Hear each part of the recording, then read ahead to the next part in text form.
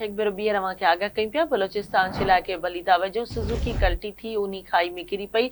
हादसे में 2 औरतुनि समेत हिकु ॿारड़ो फौत थी वियो। 4 औरतुनि समेत 7 ॼणा सख़्त ज़ख़्मी थी पिया।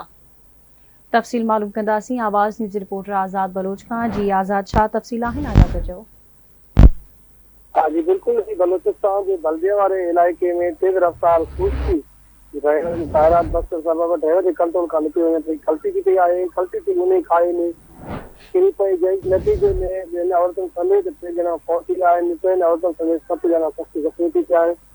इतला मिलण ते इमदादी टीमूं पुलिस वाक़े वारनि पहुची करे फौतुनि जा लाश ऐं ज़ख़्मियुनि खे अस्पताल पहुचायो आहे, जिते ज़रूरी कार्रवाई बाद लाश वापस हवाले कया विया ऐं ज़ख़्मियुनि जी हालत गंभीर जे वजह करे तुरत अस्पताल रेफर कया विया आहिनि।